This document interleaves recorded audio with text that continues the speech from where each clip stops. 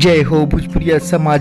जी हाँ, तो आज आप लोग के बीच भोजपुरी के सबसे सुंदर दकरा मिस अक्षरा सिंह के लगातार कई बड़ा धमाका से जुड़ल बड़ी रिपोर्ट लेके बनी, जिनकी पूरा भोजपुरी में सबसे टॉप सुपरस्टार होते हुए सभी के फेल करके बना दिल। लगातार कई बड़ा सबसे रिकॉर्ड जोन की कहल जाओ ई भोजपुरी में सबसे अलग एवं सबसे हिट परफॉर्मेंस दिखा के सारा भोजपुरिया दर्शक लोग भी अपना दीवानापन अंदाज एक अलग प्रस्तुति देके सभी के आगे सबसे टॉप पे चल गए बड़ी। जी हाँ, तो कहल जाओ अक्षरा सिंह के पिछला एक वीडियो गीत आई इधर आने का नहीं, वो में भी काफी अलग अंदाज देखे जो उनकी बुलेट वाली बन के पूरा भोजपुरी के दर्शक लोग के दीवाना बना दिली। अब बारी बटे लोकगीत के बाद अब एक भक्ति गीत में भी नया प्रस्तुति दिखा के कई बड़ा धमाका से दर्शक लोग अपन दीवाना बनी बड़ी और लगातार कई बड़ा रिकॉर्ड ही बने बड़ी। जी हाँ, तो अक्षरा सिंह का नया रिपोर्ट बता आप सब वीडियो के अंत तक देखिए, सारा कुछ जान सकें डिटेल के साथ। उससे पहले को रिक्वेस्ट करें हम आपसे कि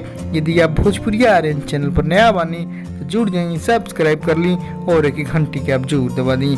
जी हाँ, तो चलिए अब दर्शक फैंस लोग के बता दी नया तरो ताजा रिपोर्ट जौन की इधर आने का नहीं वीडियो गाना लोकगीत के बाद अब भक्ति गीत में भी बुलेट पर चढ़ के अक्षरा सिंह आई है, तो पूरा दर्शक लोग को दीवाना कर दे। यह गाना स्वागत है श्री राम का। जी हाँ, भक्ति की जौन की अयोध्या में राम मंदिर निर्माण होता वही पा के अक्षरा सिंह के पहला धमाका दर्शक लोग को दीवाना कर दिल।